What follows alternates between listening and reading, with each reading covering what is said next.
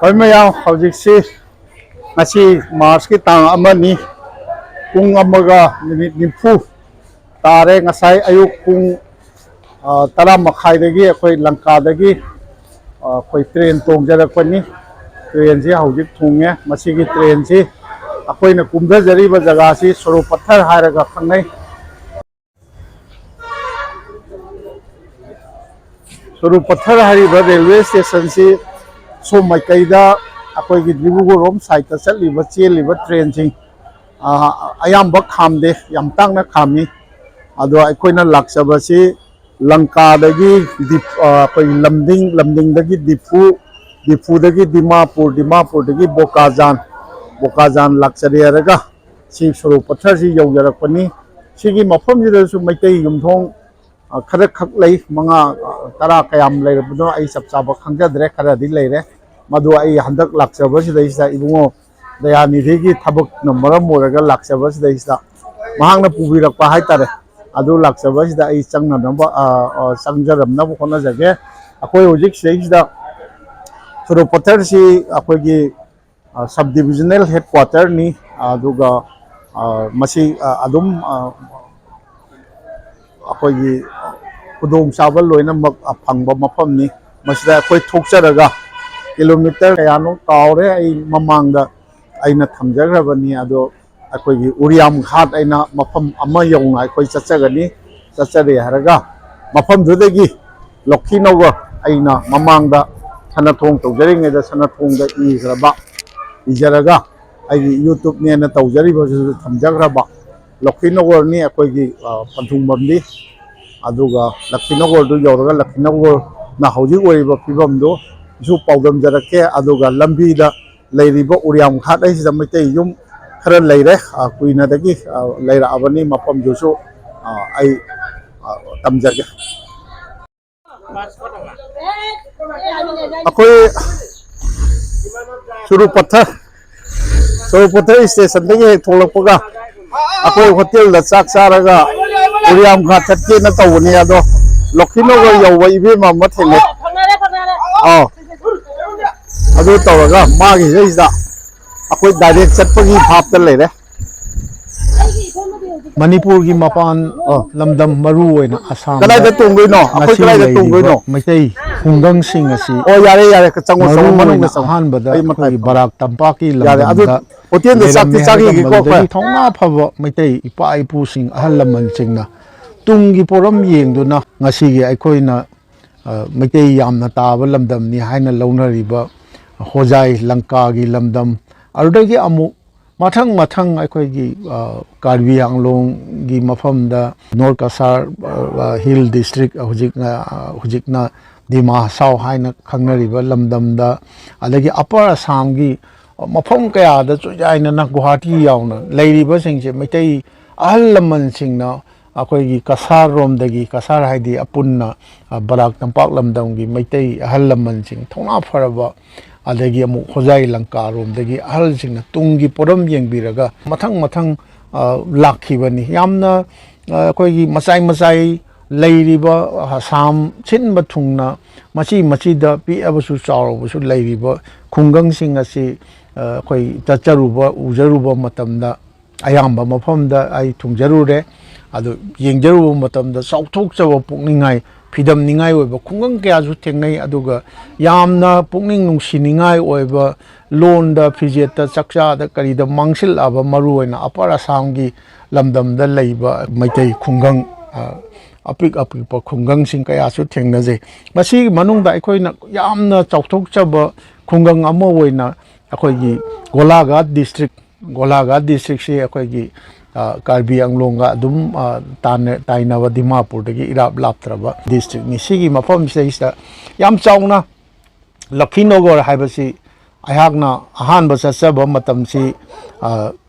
2008 ki koi February gi tang 13 adwaidani adwaida chacharudna madu karamai tong tarakpa adagi lei haiba karamai khangakpa aduga madaida karamai tongna chatkhibagi wari dumo aigi punsida di akoigi उपन्यास novel थोप खोंगचट वारी मधु चुकोना ꯑꯩꯈꯣꯏꯒꯤ ꯈꯨꯗꯣꯡꯆꯥꯕ ꯃꯇꯥꯡ ꯆꯥꯕ ꯑꯃꯗ ꯑꯩ ꯊꯝꯖꯒꯦ ꯑꯗꯣ ꯃꯔꯨ ꯑꯣꯏꯅ ꯉꯁꯤ ꯑꯩꯈꯣꯏꯒꯤ ꯃꯩꯇꯩ ꯑꯍꯜ ꯂꯃꯟꯁꯤꯡꯒꯤ ꯊꯧꯅꯥ ꯂꯤꯡꯖꯦꯜꯅ ꯇꯨꯡꯒꯤ ꯄꯣꯔꯝ ꯌꯥꯠꯄꯤꯔꯒ ꯃꯩꯇꯩꯒꯤꯗꯃꯛ ꯃꯈꯣꯏꯅ ꯂꯤꯡꯕꯤꯔꯝꯕ ꯈꯨꯡꯒꯪꯁꯤꯡꯒꯤ ꯃꯩꯇꯩ ꯈꯨꯡꯒꯪꯁꯤꯡꯒꯤ ꯃꯅꯨꯡꯗ ꯑꯩꯈꯣꯏꯒꯤ ꯊꯣꯏꯗꯣꯛ ꯍꯦꯟꯗꯣꯛꯅ ꯆꯥꯎꯊꯣꯛꯆꯅꯤꯡꯉꯥꯏ ꯑꯣꯏꯔꯕ ꯅꯨꯡꯉꯥꯏ ꯌꯥꯏꯕꯤ ꯃꯔꯥꯡ ꯀꯥꯏꯕ ꯈꯨꯡꯒꯪꯅꯤ ꯃꯗꯨꯃꯛꯅ ꯑꯩꯍꯥꯛꯅ ꯃꯗꯨ ꯆꯠꯆꯔꯨꯔꯒ 2008ꯀꯤ ꯃꯥꯔꯆ ꯊꯥꯗ ꯑꯩꯍꯥꯛꯀꯤ ꯁꯅꯊꯣꯡꯗ ꯈꯨꯡꯒꯪ ꯑꯗꯨꯒꯤ ꯃꯔꯝꯗ ꯊꯝꯖꯈꯤꯕ ꯋꯥꯔꯦꯡ ꯃꯃꯤꯡ ꯑꯗꯨ ꯂꯂꯩꯃꯅ ꯀꯨꯕꯤꯔꯕ ꯂꯈꯤꯅꯒꯔ ꯍꯥꯏꯅ ꯊꯣꯟꯖꯈꯤꯕꯅꯤ ꯑꯗꯣ ꯍꯧꯖꯤꯛꯀꯤ ꯈꯨꯡꯒꯪꯁꯤ ꯗꯤꯃꯥꯄꯨꯔꯗꯒꯤ ꯇ꯭ꯔꯦꯟꯅ ꯆꯠꯄꯁꯨ ꯌꯥꯏ ꯑꯗꯨꯒ ꯕꯁꯅ ꯑꯌꯨꯛꯇ ꯈꯨꯡꯒꯪꯁꯤꯗꯒꯤ ꯕꯁ ꯗꯤꯃꯥꯄꯨꯔ ꯇꯥꯟꯅ ꯂꯥꯛꯏ ꯑꯗꯨꯒ ꯅꯨꯡꯊꯤꯟꯗ ꯑꯃꯨꯛ ꯍꯟꯈꯤꯕ ꯃꯁꯤ ꯀꯤꯂꯣꯃꯤꯇꯔ ꯆꯥꯎꯔꯥꯛꯅ 59 ꯔꯣꯝꯅꯤ ꯍꯥꯏ ꯑꯗꯣ ꯕꯁꯇ ꯆꯠꯂꯒꯗꯤ ꯑꯗꯨꯒ ꯇ꯭ꯔꯦꯟꯗ ꯆꯠꯄꯒꯤꯗꯤ ꯗꯤꯃꯥꯄꯨꯔꯗꯒꯤ ꯑꯩꯈꯣꯏꯒꯤ ꯗ꯭ꯔꯤꯕꯨꯒꯣꯔ ꯆꯠꯈꯤꯕ ꯇ꯭ꯔꯦꯟ ꯂꯝꯕꯤꯗ ꯒꯨꯋꯥꯍꯥꯇꯤꯔꯣꯝꯗ ꯅꯠꯇꯕ ꯑꯗꯣ ꯑꯩꯈꯣꯏꯒꯤ ꯇ꯭ꯔꯦꯟꯗ ꯑꯦꯛꯁꯄ꯭ꯔꯦꯁ ꯇ꯭ꯔꯦꯟꯗꯤ ꯀꯌꯥ ꯈꯥꯝꯕ ꯑꯩꯈꯣꯏꯒꯤ ꯏꯟꯇꯔꯁꯤꯇꯤꯒꯨꯝꯕ ꯀꯔꯤꯒꯨꯝꯕ ꯈꯥꯝꯃꯝꯃꯤ ꯑꯗꯣ ꯄꯦꯁꯦꯟꯖꯔ ꯇ꯭ꯔꯦꯟꯁꯤꯡ ꯑꯃ ꯁꯣꯏꯗꯅ ꯈꯥꯝꯃꯦ ꯑꯗꯣ ꯗꯤꯃꯥꯄꯨꯔꯗꯒꯤ ꯀꯤꯂꯣꯃꯤꯇꯔ 4-5 ꯆꯠꯂꯒ ꯑꯩꯈꯣꯏꯒꯤ ꯈꯣꯠꯈꯣꯇꯤ ꯂꯩꯔꯦ ꯈꯣꯠꯈꯣꯇꯤꯗꯒꯤ ꯕꯣꯀꯥꯖꯥꯟ ꯂꯥꯛꯑꯦ ꯕꯣꯀꯥꯖꯥꯟꯗꯒꯤ ꯆꯣꯡꯒꯥꯖꯥꯟ ꯍꯥꯏꯕ ꯑꯃ ꯂꯩꯔꯦ ꯑꯗꯒꯤ ꯅꯥꯎꯖꯥꯟ ꯍꯥꯏꯔꯒ ꯁꯨꯔꯨꯄꯊꯔ ꯍꯥꯏꯕꯁꯤ ꯀꯨꯝꯊꯔꯒ ꯃꯁꯤ ꯗꯤꯃꯥꯄꯨꯔꯗꯒꯤ ꯀꯤꯂꯣꯃꯤꯇꯔ ꯑꯩꯈꯣꯏꯒꯤ 38ꯅꯤ ꯑꯗꯨ ꯃꯤꯅꯤꯠ ꯄꯨꯡꯈꯥꯏ ꯑꯃꯗꯒꯤꯅ ꯃꯤꯅꯤꯠ 45 ꯐꯥꯎ ꯆꯪꯉꯤ ꯇ꯭ꯔꯦꯟꯗ ꯆꯠꯄꯗ ꯁꯨꯔꯨꯄꯊꯔ ꯍꯥꯏꯁꯤꯗ ꯀꯨꯝꯊꯔꯦ ꯍꯥꯏꯔꯒ ꯑꯩꯈꯣꯏꯒꯤ ꯁꯨꯔꯨꯄꯊꯔꯗꯒꯤ ꯑꯃꯨꯛ ꯕꯁ ꯅꯠꯇ꯭ꯔꯒ ꯇꯦꯛꯁꯤ ꯇꯣꯡꯉꯦ ꯍꯥꯏꯔꯒ 13 ꯀꯤꯂꯣꯃꯤꯇꯔ ꯂꯥꯞꯅ ꯆꯠꯂꯒ ꯎꯔꯤꯌꯥꯝ ꯘꯥꯠ ꯍꯥꯏꯅ ꯑꯩꯈꯣꯏꯒꯤ ꯑꯃ ꯂꯩ ꯎꯔꯤꯌꯥꯝ ꯘꯥꯠꯁꯤꯗꯁꯨ ꯍꯧꯖꯤꯛ ꯃꯩꯇꯩ ꯂꯩꯀꯥꯏ ꯑꯃ ꯐꯖꯅ ꯂꯤꯡꯉꯦ ꯍꯥꯏꯔꯤꯕ ꯂꯩꯀꯥꯏꯁꯤ ꯂꯈꯤꯅꯒꯔꯗꯒꯤ ꯍꯣꯡꯗꯣꯔꯛꯑꯒ ꯇꯥꯔꯛꯈꯤꯕꯁꯤꯡꯅꯤ ꯌꯥꯝ ꯅꯨꯡꯁꯤꯕ ꯋꯥꯔꯤꯅꯤ ꯃꯗꯨꯁꯨ ꯃꯇꯨꯡ ꯈꯨꯗꯣꯡꯆꯥꯕꯗ ꯊꯝꯖꯒꯦ ꯍꯥꯏꯔꯤꯕ ꯎꯔꯤꯌꯥꯝ ꯘꯥꯠ ꯍꯥꯏꯔꯤꯕꯁꯤꯗꯒꯤ ꯑꯃꯨꯛ ꯂꯈꯤꯅꯒꯔꯁꯤ ꯌꯧꯅ ꯆꯠꯅꯅꯕꯒꯤꯗꯃꯛꯇ ꯁꯤ ꯀꯤꯂꯣꯃꯤꯇꯔ 9 ꯂꯥꯞꯄꯤ ꯃꯁꯤ ꯑꯩꯍꯥꯛꯅ ꯆꯠꯆꯕ ꯃꯇꯝꯗꯨꯗꯗꯤ ꯇꯦꯛꯁꯤ ꯔꯤꯖꯥꯔꯚ ꯇꯧꯔꯒ ꯆꯠꯄ ꯅꯠꯇꯅ ꯎꯄꯥꯏ ꯂꯩꯔꯝꯗꯦ ꯍꯧꯖꯤꯛꯇꯤ ꯑꯩ ꯃꯇꯨꯡꯗꯁꯨ ꯆꯠꯆꯔꯨꯔꯦ ꯌꯥꯝꯅ ꯑꯩꯅ ꯑꯍꯥꯟꯕ ꯆꯠꯆꯔꯨꯕ 2008ꯀꯤ ꯃꯇꯨꯡꯗ ꯑꯩꯈꯣꯏꯒꯤ 2011ꯗ ꯍꯧꯖꯤꯛꯀꯤ ꯂꯈꯤꯅꯒꯔ ꯍꯥꯏꯔꯤꯕ ꯈꯨꯡꯒꯪꯁꯤꯗꯩꯁꯤꯗ ꯑꯁꯥꯝ ꯃꯅꯤꯄꯨꯔꯤ ꯁꯥꯍꯤꯇ꯭ꯌ ꯄꯔꯤꯁꯠꯀꯤ 52 ꯁꯨꯕ ꯑꯩꯈꯣꯏꯒꯤ ꯆꯍꯤꯒꯤ ꯃꯤꯐꯝ ꯑꯦꯅꯨꯋꯦꯜ ꯀꯟꯐꯔꯦꯟꯁ ꯄꯥꯡꯊꯣꯛꯈꯤ ꯖꯨꯂꯥꯏ ꯇꯥꯡ ꯑꯩꯈꯣꯏꯒꯤ 9-10ꯗ ꯑꯗꯨꯗ ꯑꯩꯈꯣꯏ ꯏꯝꯐꯥꯜꯗꯒꯤ ꯑꯩꯈꯣꯏ ꯀꯥꯡꯕꯨ ꯑꯣꯖꯥ ꯄ꯭ꯔꯣꯐꯦꯁꯔ ꯅꯣꯡꯃꯥꯏꯊꯦꯝ ꯇꯣꯝꯕꯤ ꯅꯆꯤꯡꯕ ꯌꯥꯎꯔꯒ ꯑꯩꯈꯣꯏ ꯆꯠꯆꯔꯨꯏ ꯃꯗꯨꯗꯁꯨ ꯆꯍꯤ ꯋꯥꯗꯤ ꯑꯍꯥꯟꯕ ꯆꯠꯆꯔꯨꯕ ꯃꯇꯝꯗꯨ 2008ꯅꯤ ꯑꯗꯒꯤ ꯃꯊꯪ ꯆꯠꯆꯕꯗꯨ 2011ꯅꯤ ꯑꯗꯨ ꯑꯣꯏꯇꯥꯔꯁꯨ ꯇꯦꯜꯂꯕ ꯆꯍꯤ 3-4 ꯈꯛꯀꯤ ꯃꯅꯨꯡꯗꯨꯗ ꯈꯨꯡꯒꯪ ꯑꯗꯨꯅ ꯍꯣꯡꯉꯝꯃꯤꯕ ꯐꯤꯕꯝꯗꯣ ꯑꯉꯛꯄꯅꯤ ꯑꯗꯨ ꯃꯗꯨꯒꯤ ꯈꯨꯡꯒꯪꯁꯤ ꯀꯔꯝꯍꯥꯏꯅ ꯇꯧꯅ ꯍꯧꯔꯛꯈꯤꯒꯦ ꯍꯥꯏꯕꯁꯤ ꯌꯥꯝꯅ ꯐꯖꯕ ꯎꯄꯟꯌꯥꯁ ꯅꯣꯕꯦꯜ ꯑꯃ ꯄꯥꯕꯗꯒꯤ ꯍꯦꯟꯅꯁꯨ ꯑꯩꯈꯣꯏꯒꯤ ꯅꯨꯡꯉꯥꯏꯅꯤꯡꯉꯥꯏ ꯑꯣꯏꯕ ꯋꯥꯔꯤ ꯄꯔꯤꯡꯅꯤ ꯍꯥꯏꯅ ꯑꯩꯍꯥꯛꯇꯤ ꯂꯧꯖꯩ ꯃꯌꯥꯝꯁꯨ ꯈꯨꯡꯒꯪꯁꯤꯒꯤ ꯍꯧꯔꯛꯄꯁꯤ ꯇꯥꯕꯤꯔꯒ ꯋꯥꯔꯤꯁꯤ ꯇꯥꯕꯤꯔꯒ ꯊꯃꯣꯏꯗ ꯀꯔꯤ ꯁꯣꯏꯗꯅꯃꯛꯀꯤ ꯅꯨꯡꯁꯤꯕ ꯄꯣꯛꯄꯤꯒꯅꯤ ꯍꯥꯏꯕꯁꯤ ꯑꯩꯍꯥꯛꯀꯤ ꯊꯥꯖꯖꯕꯅꯤ ꯑꯩꯍꯥꯛ ꯂꯈꯤꯅꯒꯔꯁꯤ ꯍꯥꯏꯔꯤꯕ ꯍꯧꯖꯤꯛꯀꯤ ꯑꯁꯥꯝꯒꯤ ꯒꯣꯂꯥꯘꯥꯠ ꯗꯤꯁꯇ꯭ꯔꯤꯛꯇ ꯈ꯭ꯋꯥꯏꯗꯒꯤ ꯆꯥꯎꯕ ꯃꯩꯇꯩ ꯈꯨꯡꯒꯪ ꯍꯧꯖꯤꯛꯇꯗꯤ ꯑꯩꯈꯣꯏꯒꯤ ꯌꯨꯝꯊꯣꯡꯁꯤ ꯌꯥꯝꯅ 500-400ꯀꯤ ꯃꯊꯛꯇ ꯂꯩꯔꯕ ꯑꯗꯨꯒꯨꯝꯕ ꯌꯥꯝ ꯆꯥꯎꯕ ꯃꯩꯇꯩ ꯈꯨꯡꯒꯪ ꯑꯃꯅꯤ ꯃꯁꯤꯒꯤ ꯍꯧꯔꯛ ꯋꯥꯔꯤꯗꯨ ꯑꯩ ꯈ꯭ꯋꯥꯏꯒꯤ ꯃꯐꯝꯗ ꯊꯝꯖꯒꯦ ꯀꯁꯥꯔ ꯖꯥꯔꯤꯕꯣꯟꯗꯒꯤ ꯁꯦꯟꯖꯝ ꯀꯂꯥꯆꯥꯟ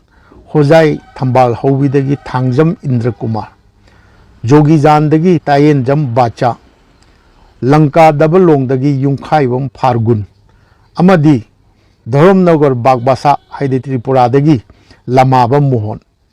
ꯃꯈꯣꯏ ꯃꯩꯇꯩ 5-ni ꯃꯈꯣꯏꯒꯤ ꯃꯔꯛꯇ ꯃꯁꯥꯒꯤ ꯆꯍꯤ 18-19 ꯁꯨꯔꯤꯕ ꯂꯃꯥꯕꯝ ꯃꯣꯍꯣꯟ ꯈꯛ ꯅꯠꯇꯅ ꯑꯇꯩ ꯃꯈꯣꯏ ꯃꯔꯤꯗꯤ ꯃꯁꯥꯒꯤ ꯆꯍꯤ 50 ꯂꯥꯟꯁꯤꯟꯅꯔꯕ ꯅꯨꯄꯤ ꯑꯉꯥꯡ ꯂꯩꯅꯔꯕ ꯉꯥꯛꯇꯅꯤ ꯑꯗꯨꯕꯨ ꯃꯣꯍꯣꯟꯁꯨ ꯃꯍꯥꯛ ꯅꯠꯇꯅ ꯃꯥꯒꯤꯅꯤ ꯍꯥꯏꯕꯗ ꯀꯅꯥ ꯂꯩꯖꯗ꯭ꯔꯕꯤ ꯑꯍꯜ ꯑꯣꯏꯔꯕꯤ ꯃꯅꯦ ꯏꯕꯦꯝꯃ ꯋꯥꯀꯔꯝ ꯑꯣꯡꯕꯤ ꯇꯣꯝꯕꯤ ꯗꯦꯕꯤ ꯍꯥꯏꯔꯤꯕ ꯇꯣꯝꯕꯤ ꯗꯦꯕꯤ ꯍꯥꯏꯔꯤꯕ ꯃꯣꯍꯣꯟꯒꯤ ꯑꯩꯈꯣꯏꯒꯤ ꯃꯅꯦ ꯏꯕꯦꯝꯃꯁꯤ ꯖꯣꯒꯤꯖꯥꯟꯗꯒꯤꯅꯤ ꯃꯅꯦ ꯏꯕꯦꯝꯃ ꯇꯣꯝꯕꯤꯁꯤꯕꯨꯗꯤ ꯃꯃꯥ ꯁꯛꯅ ꯀꯣꯟꯖꯔꯤꯕ ꯃꯥꯅ ꯖꯍꯥꯗ ꯆꯠꯂꯁꯨ ꯃꯅꯦꯁꯤ ꯄꯨꯔꯒ ꯆꯠꯆꯕ ꯑꯗꯨꯒꯨꯝꯕ ꯅꯍꯥ ꯄꯥꯈꯪꯅꯤ nipa makhoi manga masagi haurakpham makhungang singda leita lairagi akan ba maisa maikhu nangnar khiba ngaktani makhungang singda masagi lauri ingkol leptuna yumlingba ngamnar khidri mathak da jai ja khare koi yamna pungning nungsiba phibam da leiba mioi kaya amasu manipur gi mapan da leiri ado adubu nongmadi haibagi asada makhungang thadokna rakhiduna dimapur dipu manakta sema naga singi chingolda sema singi low uduna chahi manga tararom punsi lenmin narakhrabani tumba chaba machet miram migi lokphamda mikha pona humangmal tanmin narakhi matam kuina dagi nungsi nabagi amadi thaja nabagi lipun na makoibu amatta oina chetna punsin han min narakhi tunglam chatki arangba asagi manglan mangmin narakhi punna kuina dagi nongmadi punna mangphau minnanaba Christapta lising amaga chamapan humdramanga 1975 makoina nimphung tarakpadagi thijilluduna asengba khanglakhi Assam ga Nagaland ga tainaba ngamkhai gi paring nongpok nongchup tufang nabagum khadagi wangda chenthariba Rengmai turel amadi Doyang turel ani gi marakta pak sauna leihau chelaba tampak lamgi suklaba jangol le mafam asigidamak Assam amadi Nagaland ani gi marakta chayet naba leirakhi adubu haujiki Assam sarkarna lamdam asibu makhoi gi reserve oinadi lauthoktriba jungle unclassified forest oina sakhangduna miyambu khunda leita hannaba thorang lokhatle Assam gi tongan ba jati kangluk ki miyoi singna mafam asida jungle koktuna khunda leita jabagi ayaba piba hore aduna makoi Meitei pathong nipa manga punna warep nei laibak yenglurasi aikoi mi minaigum isagi loksa ingkol lepa ngamjadriba aikoi di asukpa jangol duda sa kaina chaduna sikhrakana sijakhre isorna chanbiragana isagi ni haiduna lepchaba lauri ingkolda iyum lingduna ining tamna panjaba ngambara yenglusi makoi punna lakhi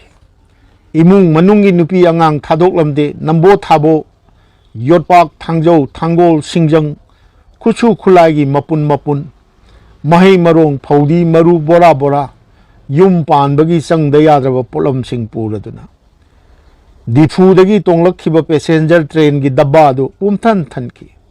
thongnau da yalakhiba lalten baltin na train gi khongjel mapa chanana kurong krang tan tharakhi nipa makhoi gi thamoi da ngangna rakhiba ningtam isai gi surada difu dagi station macha mathang kham duna lalak laga yaurakhi train khongchat ki panthungpham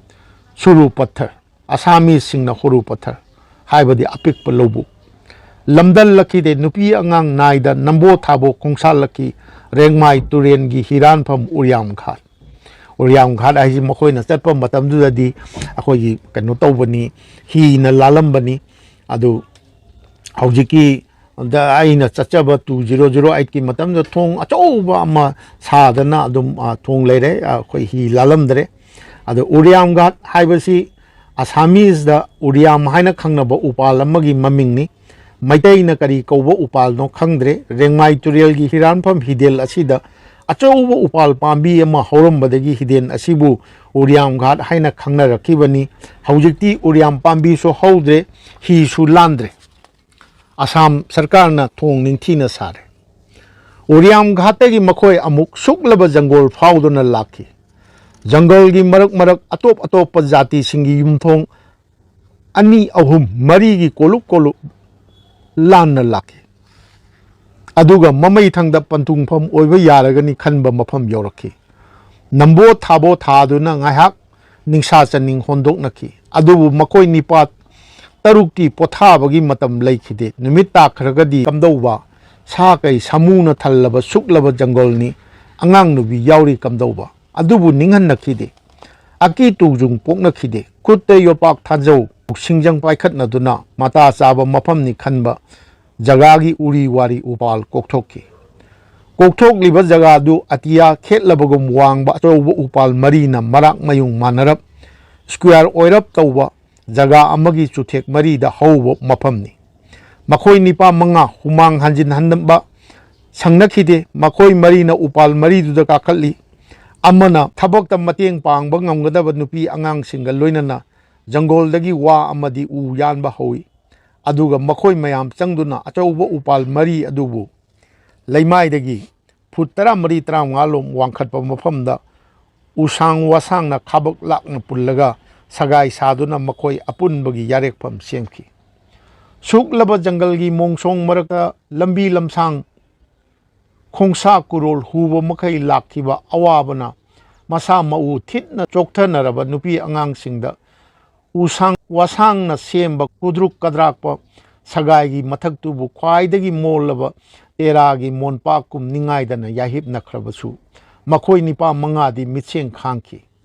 ꯖꯪꯒꯣꯜꯒꯤ ꯁꯥ ꯀꯩ ꯁꯥꯃꯨꯗꯒꯤ ꯃꯈꯣꯏ ꯃꯁꯥꯕꯨ ꯑꯃꯗꯤ ꯃꯈꯣꯏꯒꯤ ꯅꯨꯡꯁꯤꯖꯔꯕ ꯅꯨꯄꯤ ꯑꯉꯥꯡꯁꯤꯡꯕꯨ ꯉꯥꯛꯊꯣꯛꯆꯅꯕꯒꯤꯗꯃꯛ ꯃꯤꯀꯨꯞ ꯅꯥꯍꯨꯝ ꯁꯤꯡꯅ ꯂꯩꯅꯈꯤ꯫ ꯅꯣꯡꯉꯥꯟꯕꯒꯁꯨ ꯄꯣꯊꯥꯅꯈꯤꯗꯦ꯫ ꯃꯁꯥ ꯃꯁꯥꯒꯤꯅꯤ ꯍꯥꯏꯖꯕ ꯂꯧꯔꯤ ꯏꯪꯈꯣꯜ ꯑꯃꯃꯝ ꯂꯦꯞꯄ ꯉꯝꯖꯅꯕ ꯄꯨꯟꯅ ꯖꯪꯒꯣꯜ ꯀꯣꯛꯃꯤꯟꯅꯈꯤ꯫ ꯃꯈꯣꯏꯅ ꯗꯤꯐꯨꯗꯒꯤ ꯂꯥꯛꯈꯤꯕ ꯑꯗꯨꯗ ꯍꯣꯖꯥꯏ ꯊꯝꯕꯥꯜ ꯍꯧꯕꯤꯗꯒꯤ ꯊꯥꯡꯖꯝ ꯏꯟꯗ꯭ꯔ ꯀꯨꯃꯥꯔꯗꯤ ꯃꯆꯥꯅꯨꯄꯤ ꯅꯦꯅꯥ ꯑꯃꯗꯤ ꯃꯃꯥꯛ ꯅꯨꯄꯥ ꯂꯥꯏꯁ꯭ꯔꯝ ꯔꯥꯖꯃꯣꯍꯟ ꯁꯤꯡꯒ ꯂꯣꯏꯅꯔꯛꯈꯤ꯫ ꯃꯈꯣꯏꯅ ꯁꯒꯥꯏ ꯃꯊꯛꯇ ꯂꯩꯔꯤꯉꯩ ꯃꯇꯝ ꯑꯗꯨꯗ ꯃꯆꯥꯅꯨꯄꯤ ꯅꯦꯅꯥ ꯑꯃꯗꯤ ꯃꯃꯥꯛ ꯅꯨꯄꯥ ꯔꯥꯖꯃꯣꯍꯟ ꯁꯤꯡꯍ ꯑꯅꯤꯅ ꯄꯣꯛꯆꯕ ꯃꯁꯨ ꯅꯨꯄꯥ ꯕꯨꯅꯨ ꯁꯒꯥꯏ ꯃꯊꯛꯇ ꯄꯣꯛꯈꯤ꯫ ꯊꯥꯡꯖꯝ ꯏꯟꯗ꯭ꯔ ꯀꯨꯃꯥꯔ ꯁꯤꯡꯍꯒꯤ ꯃꯆꯥꯅꯨꯄꯤ ꯅꯦꯅꯥ ꯑꯃꯗꯤ ꯃꯃꯥꯛ ꯅꯨꯄꯥ ꯔꯥꯖꯃꯣꯍꯟ ꯁꯤꯡꯍ ꯑꯅꯤꯅ ꯄꯣꯛꯆꯕ ꯃꯁꯨ ꯅꯨꯄꯥ ꯕꯨꯅꯨꯅ ꯑꯩꯈꯣꯏꯒꯤ ꯈꯨꯡꯒꯪ ꯂꯈꯤꯅꯒꯔ ꯑꯁꯤꯗ ꯈ꯭ꯋꯥꯏꯗꯒꯤ ꯍꯥꯟꯅ ꯇꯥꯏꯕꯪ ꯈꯣꯡꯗꯥꯔꯛꯈꯤꯕ ꯑꯉꯥꯡꯅꯤ꯫ ꯃꯈꯣꯏ ꯄꯨꯟꯅ ꯁꯒꯥꯏꯗ ꯊꯥ 4 ꯂꯩꯃꯤꯟꯅꯈꯤ꯫ ꯁꯨꯛꯂꯕ ꯖꯪꯒꯜ ꯀꯣꯛꯇꯨꯅ ꯃꯈꯣꯏ ꯃꯉꯥꯒꯤ ꯂꯧꯔꯤ ꯏꯪꯈꯣꯜ ꯑꯃꯃꯝ ꯄꯨꯟꯅ ꯂꯦꯞꯃꯤꯟꯅꯗꯨꯅ ꯌꯨꯝꯂꯤꯡꯅꯔꯦ, ꯈꯨꯟꯗꯥꯃꯤꯟꯅꯔꯦ꯫ ꯃꯈꯣꯏꯒꯤ ꯃꯅꯤꯡ ꯇꯝꯅ ꯃꯁꯥꯒꯤꯅꯤ ꯍꯥꯏꯖꯕ ꯌꯥꯔꯒꯗꯕ ꯖꯪꯒꯜ ꯃꯅꯨꯡꯗ ꯂꯤꯡꯂꯤꯕ ꯑꯅꯧꯕ ꯈꯨꯜꯒꯤ ꯃꯃꯤꯡꯗꯤ ꯀꯗꯥꯏ? ꯃꯈꯨꯜꯒꯤ ꯃꯃꯤꯡ ꯑꯃ ꯊꯣꯟꯕꯒꯤ ꯑꯄꯥꯝꯕ ꯃꯈꯣꯏ ꯃꯉꯥꯃꯛꯅ ꯐꯣꯡꯗꯣꯛꯅꯈꯤ꯫ ꯀꯔꯤ ꯃꯃꯤꯡ ꯊꯣꯟꯒꯕꯅꯣ ꯍꯥꯏꯕꯗꯨꯗꯤ ꯃꯈꯣꯏ ꯀꯅꯥꯃꯠꯇꯅ ꯍꯥꯏꯕ ꯉꯝꯅꯈꯤꯗꯦ꯫ ꯇꯥꯂꯛ ꯑꯗꯨꯗ ꯅꯣꯡꯃ ꯅꯨꯃꯤꯗꯥꯡ ꯑꯃ ꯃꯈꯣꯏ ꯃꯌꯥꯝ ꯏꯀꯣꯏ ꯀꯣꯏꯅ ꯐꯝꯃꯤꯟꯅꯗꯨꯅ ꯑꯋꯥ ꯄꯣꯊꯥ ꯋꯥꯔꯤ ꯋꯥꯇꯥꯏꯅꯔꯤꯉꯩ ꯖꯣꯒꯤꯖꯥꯟꯗꯒꯤ ꯊꯥꯡꯖꯝ ꯕꯆꯥꯅ ꯃꯣꯃꯣꯟ ꯅꯣꯛꯇꯨꯅ ꯍꯥꯏꯔꯛꯈꯤ, "ꯑꯇꯩ ꯈꯪꯗꯦ ꯑꯩꯗꯤꯅꯦ ꯀꯨꯝꯁꯤ ꯑꯁꯤꯃꯛ ꯏꯆꯥꯅꯨꯄꯤ ꯂꯈꯤꯔꯥꯅꯤꯒꯤꯗꯃꯛ ꯑꯎꯟ ꯂꯧ ꯑꯣꯏꯅ ꯇꯝꯕꯤꯅꯕ ꯂꯧ ꯈꯔ ꯅꯤꯟꯕ ꯍꯧꯔꯒꯅꯤ꯫ ꯂꯧꯐꯝꯒꯤ ꯃꯃꯤꯡꯁꯨ ꯂꯈꯤꯔꯥꯅꯤ ꯂꯧꯀꯣꯜ ꯍꯥꯏꯅ ꯍꯦꯛꯇ ꯊꯣꯜꯂꯒꯗꯧꯕꯅꯤ"꯫ ꯕꯆꯥꯒꯤ ꯋꯥꯗꯨ ꯇꯥꯕꯗ ꯑꯃꯅ ꯐꯠ ꯑꯣꯛꯂꯗꯨꯅ ꯍꯥꯏꯔꯛꯈꯤ, "ꯑꯩꯈꯣꯏꯅ ꯅꯍꯥꯟꯈꯩ ꯏꯈꯨꯜ ꯑꯁꯤꯒꯤ ꯃꯃꯤꯡ ꯀꯔꯤ ꯊꯣꯟꯒꯅꯤ ꯍꯥꯏꯅ ꯑꯁꯨꯛ ꯋꯥꯅ ꯈꯟꯅꯔꯛꯂꯤꯕꯁꯤꯗꯤ ꯏꯔꯥꯏ ꯂꯥꯏꯅ ꯂꯩꯔꯝꯂꯦꯗꯅ ꯁꯤꯗꯤ꯫ ꯅꯪꯅ ꯅꯆꯥꯅꯨꯄꯤꯒꯤꯗꯃꯛ ꯅꯤꯟꯒꯗꯕ ꯂꯧꯀꯣꯜ ꯅꯤꯟꯅꯤꯡꯕ ꯅꯤꯟꯖꯧ, ꯑꯩꯈꯣꯏꯅꯁꯨ ꯑꯉꯝꯕ ꯃꯇꯦꯡ ꯄꯥꯡꯒꯅꯤ꯫ ꯇꯧꯕꯇꯕꯨ ꯅꯆꯥꯅꯨꯄꯤꯒꯤ ꯃꯃꯤꯡꯁꯤꯗꯤ ꯅꯪꯒꯤ ꯂꯧꯀꯣꯜꯒꯤ ꯃꯃꯤꯡ ꯑꯣꯏꯍꯟꯕꯒꯤ ꯃꯍꯨꯠ ꯏꯈꯨꯜ ꯑꯁꯤꯒꯤ ꯃꯃꯤꯡ ꯑꯣꯏꯅꯔꯒꯅꯤ, ꯂꯈꯤꯔꯥꯅꯤꯄꯨꯔ"꯫ ꯑꯃꯅ ꯑꯃꯨꯛ ꯃꯣꯃꯣꯜ ꯅꯣꯛꯂꯗꯨꯅ ꯁꯧꯒꯠꯂꯛꯈꯤ, "ꯐꯅ ꯇꯥꯟ ꯆꯥꯅꯔꯦ, ꯂꯈꯤꯔꯥꯅꯤꯄꯨꯔ ꯀꯧꯔꯁꯤ"꯫ ꯑꯃꯅ ꯑꯃꯨꯛ ꯍꯔꯥꯎꯅ ꯑꯣꯛꯂꯛꯈꯤ, "ꯐꯔꯦꯍꯦ ꯅꯥꯁꯥ, ꯑꯗꯨꯕꯨ ꯂꯈꯤꯔꯥꯅꯤꯄꯨꯔ ꯍꯥꯏꯕꯁꯤꯗꯤ ꯈꯔꯗꯤ ꯁꯥꯡꯃꯟꯕ ꯃꯥꯜꯂꯤ꯫ ꯑꯇꯩꯅꯁꯨ ꯀꯧꯅꯔꯤꯕ ꯂꯈꯤꯄꯨꯔ ꯍꯥꯏꯗꯨꯅ ꯈꯖꯤꯛꯇꯪ ꯁꯝꯖꯤꯟꯁꯤꯗꯅ"꯫ ꯋꯥ ꯂꯣꯏꯁꯤꯟꯕ ꯅꯪꯗꯦ ꯑꯃꯅ ꯇꯥꯡꯊꯣꯔꯛꯏ, "ꯉꯥꯏꯈꯣꯗ ꯏꯕꯣ ꯅꯣꯏꯁꯨ, ꯃꯥꯏ ꯂꯈꯤꯄꯨꯔ ꯍꯥꯏꯗꯨꯗꯤ ꯀꯁꯥꯔꯗꯁꯨ ꯃꯅꯤꯄꯨꯔ ꯌꯧꯅ ꯁꯦꯒꯥꯛ ꯀꯥꯏꯈꯩ ꯃꯃꯤꯡ ꯆꯠꯂꯕ ꯑꯃ ꯂꯩꯔꯦ꯫ ꯁꯣꯝꯗꯁꯨ ꯅꯣꯔꯠ ꯂꯈꯤꯝꯄꯨꯔ ꯍꯥꯏꯕ ꯑꯃ ꯂꯩꯔꯦ꯫ ꯑꯗꯨꯅ ꯑꯩꯈꯣꯏꯒꯤ ꯁꯤꯁꯨ ꯂꯈꯤꯄꯨꯔ ꯀꯧꯔꯗꯤ ꯃꯤꯒꯤ ꯃꯤꯇꯧ ꯇꯝꯕ ꯃꯥꯜꯂꯅꯤ, ꯈꯔꯗꯪ ꯊꯩꯗꯣꯛꯂꯒ ꯂꯈꯤꯅꯒꯔ ꯀꯧꯕꯗꯤ ꯀꯝꯗꯧꯏ, ꯑꯃꯨꯛꯇꯪ ꯈꯟꯅꯁꯤꯗꯅ"꯫ ꯃꯗꯨ ꯇꯥꯕꯗ ꯃꯍꯩ ꯍꯥꯏꯅꯔꯛꯈꯤ, "ꯕꯥꯂꯣꯍꯦ ꯏꯕꯣ, ꯅꯪꯇꯅꯤꯍꯦ, ꯀꯔꯤ ꯑꯦꯟꯁꯥꯡ ꯆꯥꯒꯦꯒꯦ, ꯆꯥꯅꯤꯡꯕ ꯄꯤꯖꯒꯦꯍꯦ, ꯂꯈꯤꯅꯒꯔꯒꯤ ꯑꯦꯟꯁꯥꯡ ꯍꯥꯎꯔꯣꯏꯗꯕꯒꯤ ꯃꯔꯝ ꯂꯩꯇꯦ"꯫ ꯃꯈꯣꯏ ꯄꯨꯝꯅꯃꯛ ꯌꯥꯅꯈꯤ, "ꯑꯩꯈꯣꯏꯒꯤ ꯈꯨꯡꯒꯪ ꯂꯈꯤꯅꯒꯔ ꯀꯧꯔꯁꯤ"꯫ ꯑꯗꯨꯒ ꯃꯗꯨꯒꯤ ꯅꯨꯡꯉꯥꯏꯕ ꯐꯣꯡꯗꯣꯛꯅꯔꯗꯨꯅ ꯃꯈꯣꯏ ꯃꯁꯦꯜ ꯕꯦꯔꯤ ꯂꯥꯟꯅꯔꯗꯨꯅ ꯍꯔꯥꯎꯃꯤꯟꯅꯈꯤ꯫ ꯈꯨꯡꯒꯪ ꯂꯤꯡꯂꯛꯄ ꯊꯥ 3 ꯃꯈꯥꯏꯇꯃꯛ ꯉꯥꯏꯔꯤꯉꯩ ꯁꯒꯥꯏꯒꯤ ꯌꯨꯝ ꯄꯨꯔꯥ ꯊꯥꯗꯣꯛꯇ꯭ꯔꯤꯉꯩꯗ ꯂꯃꯥꯕꯝ ꯃꯣꯍꯣꯟꯅ ꯃꯈꯣꯏꯒꯤ ꯃꯔꯛꯇ ꯈ꯭ꯋꯥꯏꯗꯒꯤ ꯅꯍꯥ ꯑꯣꯏꯕ ꯂꯃꯥꯕꯝ muhona mama sakna konjarakpi mani ibema wakram ongbi tombi devi makoi khwaibu thadok lomlaga lairamlen pangki tombi devi na aikogi khungang Lakhinagar da khwaidagi hana nongak khibi oibana kum khuding chahi gi chairau numita Lakhinagar gi khunja singna lamabi asigi mafamda haikat laikat leptana ngasi bawda su tamnari 1976 makoi nipa mangagi khungang Lakhinagar lingle adubu makoi nipa mangagi yumthong manga tarak yengki ba maikai da suklaba jangol ngakta makoi manga pen nakhide aduna ningsing lakhi Dimapur lom da leihoriba minai gum mikha pon hingna horiba Meitei kayagi imung manung singbo adugumba miyoi sing adubusu makoi gumna maning tamba punsi marel amagi damak hobirunaba makoi manga munna khanaki aduga senjam kalachan yungkhaibam phargun amasung lamabam muhon makoi ahum Dimapur da lakhi makoi ahum na Dimapur dagi Imphal lom da chatkhiba lambi paring NS 39 matamdugi gi chingnung manung singda naga singi lau singu tawduna punsi lenariba Meitei imung kayada punsi gi anoba asagi mangal uhanbiraduna hairakhi chanaba cheng quintal amamamga lupa changa ga mateng pangani jungle kokpadasu yum sabadasu angamba mateng pangani Faudi na chingba maru marang su pigani mayam laklo akhoi anoba khungang Lakhinagar da ning tamna nungsi chanana khunda laitami narurasi makhoi wafam sing adugi matung induna Dimapur gi 6 mile da leramba naha oiriba laisram noren kawba pathau amana luchingduna Dimapur romdagi Meitei imung tarani thoi lakhi Lakhinagar gi kunja oirakhi makhoi matung dagi di mana khangna jaba leita lairagi maisa maikhu marakta maithung maka lamba phangna jaraktraba mioi kayabu punsigi anoba asagi mangal amamam uhalladuna Lakhinagar pangna halakhi Dimapur degi mi mayam puraga lakpi khriba oja laisam noren haibasi konadi Manipuri Sahitya Parishad Assam gi Golaghat district ki president oibirakhi ayakasu thengna jagaduna Sakhang Najaraki adubu hande ai laibuk thibadi ai gi handak Lakhinagar khongsa sidadi ojasi kharani mamangda akoi gi stroke amana maram oiraga pamsenabagi mawongda ngangna saknaba akoi misak mina khangdabagi mawongda leire haidana ai unajaraki haujikti yumsu yame ai hakna 2008 ki matamdu da chatpa matamdu da di supnagi imung 280 khak leiraga Missing di lising anirom suraga akogi voter da chatruk marfu rom leibani matamdu di akogi Lakhinagar chatliba lambi chi koilas thadri nungkup boy kari wodi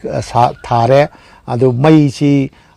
phangboy phangdaboy tawrami ising di phangamde hojikti angakpa phangna chawgre akogi Lakhinagar gi khwaidagi phawr ji yongchak ni akhoi matamdu da hangna chachaba February thagi matamdu da di masi ai hangna chachaba matamdugi wak khak nate haujik so dum akhoi mana masing kumgi lolakpa matamji da di Lakhinagar gi yumdong khuding je yaingang ga si chingdum macha dawna paiba yumdong khuding ya dei mairong bi paiba agi yongsak sidi angakpani yam nungsiba khungdang ni sumain tawdana Meitei pathung manga akhoi ai hangna chachaba matamdu da moi manga gi manungda lamaba mohonji masagi chahi humpu sure haidana leibirami dagi yungkhaibam phargun ahan libungo si matamdu da 2008 ki matamdu da masagi chahi marfu taret sure haidana leibirami aikoina 2011 da amuk Manipuri Sahitya Parishad ki conference chaba matamdu da sumagi mayumdaga changdana unajare akoi mayam matamdu da ma chahi 91 changaba matamni masamu yamna ting laung hal matam mor sumagi naha wori da oiramgada masalgi phibam kari du ubo phangjai makoi ani leirammi leibirami aina ahanba chachabadu da makoi ani dagi haiba wari singji khungi naharol singa punna phaminna da lijaraga aina record tawjaraga sigi wari se sagatjagibani ado hujikti makhoi ani su ahalibungo lamaba muhonju aduga yungkhaibam phargunju haukiba chahi ani rongi mamangda taibang thadok pigre haidana paw ama ai na silchar da chachagiba matamda ꯑꯩꯈꯣꯏ ꯂꯈꯤꯅꯒꯔꯒꯤ ꯅꯤꯉꯣꯜ ꯑꯃꯈꯛ ꯊꯦꯡꯅꯖꯕꯗꯒꯤ ꯁꯨꯝ ꯋꯥꯔꯤ ꯁꯥꯟꯅꯖꯕꯗ ꯐꯪꯖꯩ ꯑꯗꯨꯕꯨ ꯉꯁꯤꯗꯤ ꯌꯥꯝ ꯆꯥꯎꯔꯦ ꯌꯨꯝ ꯊꯣꯡꯁꯨ 500-400ꯀꯤ ꯃꯊꯛꯇ ꯃꯤꯁꯨ 4,000 ꯍꯦꯟꯅ ꯂꯩꯔꯦ ꯑꯗꯨꯒ ꯀꯔꯤ ꯌꯥꯝꯅ ꯂꯝꯕꯤ ꯊꯣꯡꯁꯨ ꯌꯥꯝꯅ ꯅꯨꯡꯉꯥꯏꯕ ꯀꯩꯗꯧꯕ ꯃꯐꯝ ꯑꯃ ꯑꯣꯏꯔꯦ ꯂꯈꯤꯅꯒꯔꯁꯦ ꯌꯥꯝꯅ ꯅꯨꯡꯉꯥꯏ ꯃꯔꯥꯡ ꯀꯥꯏꯕ ꯑꯗꯨꯒꯨꯝꯕ ꯈꯨꯡꯒꯪ ꯑꯃ ꯃꯩꯇꯩ ꯈꯨꯡꯒꯪ ꯑꯃꯅꯤ ꯑꯁꯥꯝꯗ ꯆꯥꯎꯊꯣꯛꯆꯅꯤꯡꯉꯥꯏ ꯑꯣꯏꯕ ꯃꯁꯤꯅꯤ ꯑꯩꯈꯣꯏ ꯂꯈꯤꯅꯒꯔ ꯀꯔꯝꯍꯥꯏꯅ ꯇꯧꯅ ꯍꯧꯔꯛꯈꯤꯒꯦ ꯍꯥꯏꯕꯁꯦ ꯉꯁꯤꯗꯤ ꯂꯝꯕꯤ ꯊꯣꯡꯁꯨ ꯌꯥꯝ ꯅꯨꯡꯉꯥꯏꯔꯕ ꯀꯅꯥꯒꯨꯝꯕ ꯈꯨꯗꯣꯡ ꯆꯥꯕ ꯃꯇꯝꯗ ꯂꯦꯡꯁꯤꯟꯕꯤꯌꯨ ꯌꯥꯝꯅꯁꯨ ꯃꯤꯌꯣꯛ ꯃꯤꯆꯥꯟ ꯐꯕ ꯂꯩꯃ ꯏꯃꯥ ꯏꯕꯦꯝꯃ ꯏꯃꯣꯏꯅꯨꯅ ꯂꯛꯁꯃꯤ ꯗꯦꯕꯤꯅ ꯄꯨꯕꯤꯔꯕ ꯑꯗꯨꯒꯨꯝꯕ ꯃꯩꯇꯩ ꯈꯨꯡꯒꯪ ꯃꯅꯤꯄꯨꯔꯒꯤ ꯃꯄꯥꯟꯗ ꯈꯨꯟꯗꯥꯔꯤꯕ ꯃꯩꯇꯩ ꯈꯨꯡꯒꯪꯁꯤꯡꯒꯤ ꯃꯅꯨꯡꯗ ꯊꯣꯏꯗꯣꯛꯅ ꯑꯩꯈꯣꯏꯒꯤ ꯐꯤꯗꯝꯅꯤꯡꯉꯥꯏ ꯑꯣꯏꯕ ꯈꯨꯡꯒꯪ ꯑꯃꯅꯤ ꯑꯩꯈꯣꯏꯒꯤ ꯂꯈꯤꯅꯒꯔ ꯌꯧꯔꯝꯗꯥꯏꯗ ꯑꯩꯈꯣꯏꯒꯤ ꯅꯕꯣꯖꯣꯇꯤ ꯍꯥꯏꯅ ꯑꯁꯥꯃꯤꯁꯤꯡꯒꯤ ꯇꯦꯈꯥꯎꯁꯤꯡꯒꯤ ꯑꯅꯧꯕ ꯈꯨꯟ ꯑꯃꯁꯨ ꯂꯤꯡꯉꯝꯃꯦ ꯍꯥꯟꯅꯗꯤ ꯃꯁꯤ ꯂꯧꯕꯨꯛ ꯂꯝꯍꯥꯡꯅꯤ ꯑꯗ ꯃꯣꯏ ꯌꯨꯝ ꯀꯩꯒ ꯐꯖꯅ ꯁꯥꯗꯅ ꯂꯩꯔꯦ ꯍꯥꯟꯅꯗꯤ ꯁꯨꯃꯥꯏꯅ ꯑꯗꯨꯝ ꯂꯧꯕꯨꯛ ꯂꯝꯍꯥꯡ ꯑꯣꯏꯅ ꯑꯗꯨꯝ ꯂꯩꯔꯝꯕꯅꯤ ꯑꯁꯥꯃꯤꯁꯤꯡ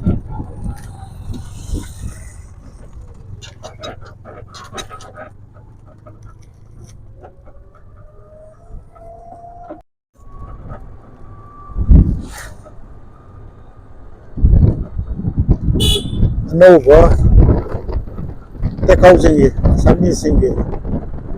ꯌꯨꯝ ꯂꯣꯏꯅꯃꯛ ꯇꯥꯔꯦ ꯌꯥꯝ ꯋꯥꯠꯂꯤꯒꯦꯅꯦ ꯍꯧꯖꯤꯛ ꯆꯪꯉꯒ ꯁꯤꯗꯤ ꯏꯃꯥꯏ ꯄꯦꯝꯃ ꯂꯈꯤꯅꯒꯔ ꯆꯪꯕ ꯂꯝꯕꯤꯁꯤꯗꯤ ꯁꯤꯗꯤ ꯅꯧꯅ ꯑꯃꯨꯛ ꯍꯥꯟꯅꯗꯤ ꯁꯨꯋꯥꯏꯔꯒ ꯑꯃꯨꯛ ꯀꯣꯏꯂꯥꯁ ꯊꯥꯅꯕ ꯁꯦꯝꯃꯛꯏꯔꯥ ꯁꯦꯝꯃꯛꯄꯅꯦꯕ ꯍꯥꯟꯅ ꯀꯣꯏꯂꯥꯁꯇꯤ ꯑꯗꯨꯝ ꯂꯩꯔꯕꯅꯦꯕ ꯅꯠꯇ꯭ꯔꯣ ꯁꯤꯗꯤ ꯃꯩꯇꯩ ꯍꯧꯔꯕꯣ ꯍꯧꯗ꯭ꯔꯤꯌꯥ ꯆꯪꯉꯛꯑꯣ ꯅꯧꯅ ꯂꯝꯕꯤ ꯁꯦꯝꯅ ꯃꯁꯤ ꯕ꯭ꯂꯣꯛ ꯊꯥꯒꯗꯧꯕ ꯃꯥꯜꯂꯦ ꯃꯣꯏ ꯈꯨꯠꯁꯦꯝꯁꯦ सरकारी ꯌꯥꯝ ꯁꯦꯝꯃꯤ ꯍꯧꯖꯤꯛ ꯐꯥꯜꯒꯨꯟ ꯍꯥꯏꯕꯗꯣ ꯃꯣꯏꯒꯤ ꯂꯝꯕꯦꯟ ꯌꯥꯝ ꯀꯟꯅ ꯁꯦꯝꯃꯤ ꯉꯔꯥꯡ ꯅꯍꯥꯟꯗꯤ ꯁꯤꯗꯤ ꯇꯧꯗꯕ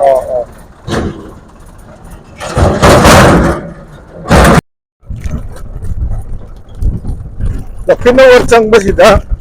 ꯄꯁꯥꯔꯤꯒꯤ ꯈꯨꯟ ꯑꯃ ꯂꯥꯜꯂꯤ ꯄꯁꯥꯔꯤꯁꯤꯡꯒꯤ ꯅꯨꯄꯤꯁꯤꯡꯅꯒ ꯊꯣꯡꯒꯥꯟꯗ ꯂꯦꯞꯄꯝꯕꯗꯤ ꯃꯩꯇꯩ ꯅꯨꯄꯤ ꯑꯗꯨꯝ ꯃꯥꯜꯂꯤ ꯅꯠꯇꯦ ꯃꯣꯏꯒꯤ ꯐꯅꯦꯛ ꯈꯨꯠꯁꯦꯠ ꯂꯥꯛꯁꯦꯠ ꯑꯗꯣ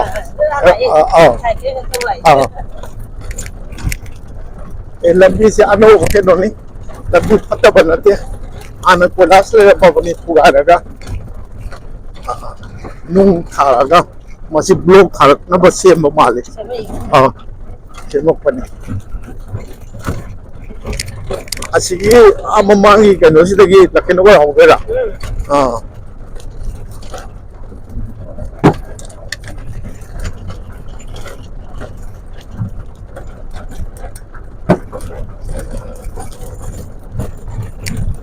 ꯂꯝꯕꯤꯁꯤꯅ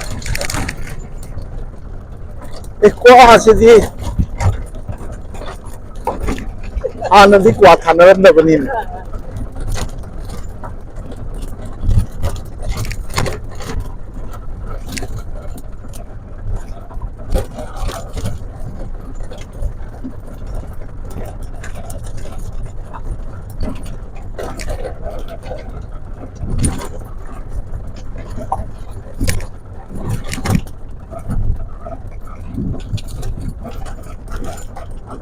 ꯁꯤꯗꯩ ꯃꯩꯇꯩ ꯍꯧꯔꯕ ꯑꯣ ꯁꯤꯗꯤ ꯐꯖꯅ ꯁꯦꯝꯃꯦ ꯁꯤꯗꯗꯤ ꯑꯃꯨꯛ ꯂꯝꯕꯤ ꯅꯨꯡꯉꯥꯏꯔꯦ ꯂꯝꯕꯤꯒ ꯅꯨꯡꯉꯥꯏꯕ ꯂꯣꯏꯔꯦ ꯑꯩꯈꯣꯏ ꯍꯟꯗꯛ ꯄ꯭ꯔꯦꯁꯤꯗꯦꯟꯁꯦ ꯃꯤꯇꯩꯅ ꯄꯥꯏꯌꯦꯕ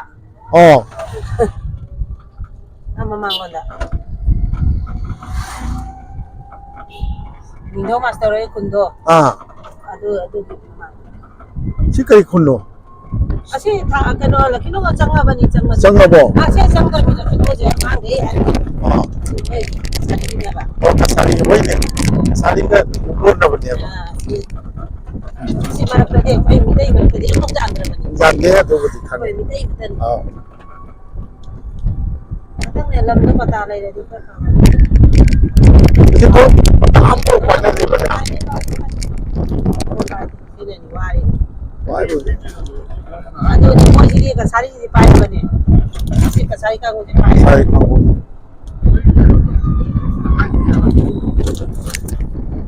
खरा चंगी मणिपुर की रोमदईसु खरा सरकार की माइकईदगी करीदगी अदगी असम द लेरिबो मितईसिंगसु खरा हाइबीबो चंगी न मयाम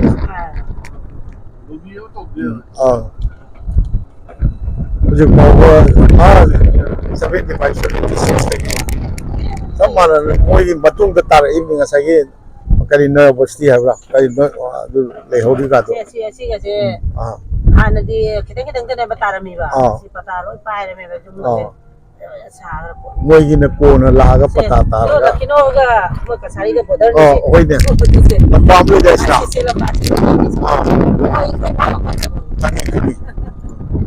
तंगे सीगी लंबाल सिदा कॉन्फ्रेंस का तो याव है से हाना साइट परिचय का तो दो सी कोने से तो जा कोने है बोगी लखिनगर याव सिगी ग्राउंड इस या फजना कनो सारे ने आसी कहीं नो ओ तब सारी चप्पल ही नहीं कर वाले चप्पल मैते की एटीएम का सुले सिगी मैते की होम त्रो हौरे दुम छैदु जे हौरा इमा सिदा कनो को ले रे थांजा से कथिन मसाम का ले रे ने ओ मैते होरे लखिना श्याम न होंगे सी कथिन मसा अमगा सुमाइन का ले मजा नथी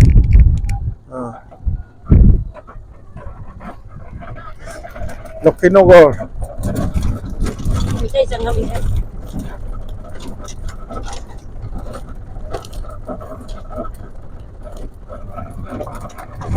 मिठाई का टेस्ट मोदी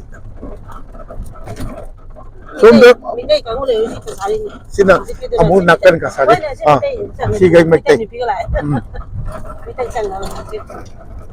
सी कुलक लम्बी दनी से कुलक लम्बी तो अच्छा से कुलक लम्बी दनी फजा से मगन आनी नो मस्त तो बहुत से मगन असे तंपर संग मनी ना लबे जे नान मंगन द्यावा अदो मोनो जोगी लबे दनी काय रे sai तंपर मोन बगी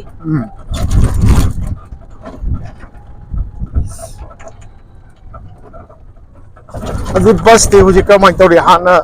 विदापुर दी चेलम बस तो चेल लिबा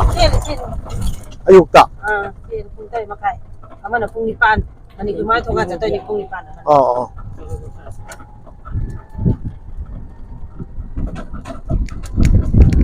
ओ योंगशाक की महु चे क्वाना सिले अबा ताई तुम सीरे अमुक सु थाप ताई माय अमु होगन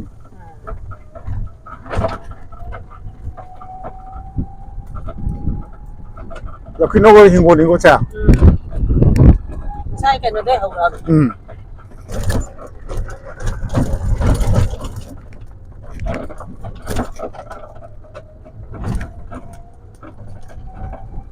असोंगी से करिनो मितई दा से जो इमा cái mà tên yam chok thuye ne से जा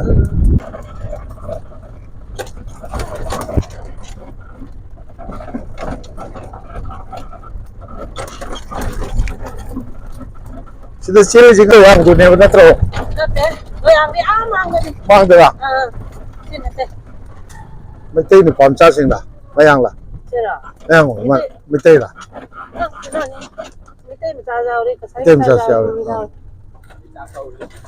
ए वाली दी मितई लोन सा मितई से जाओ रे वो लोई स्कूल दे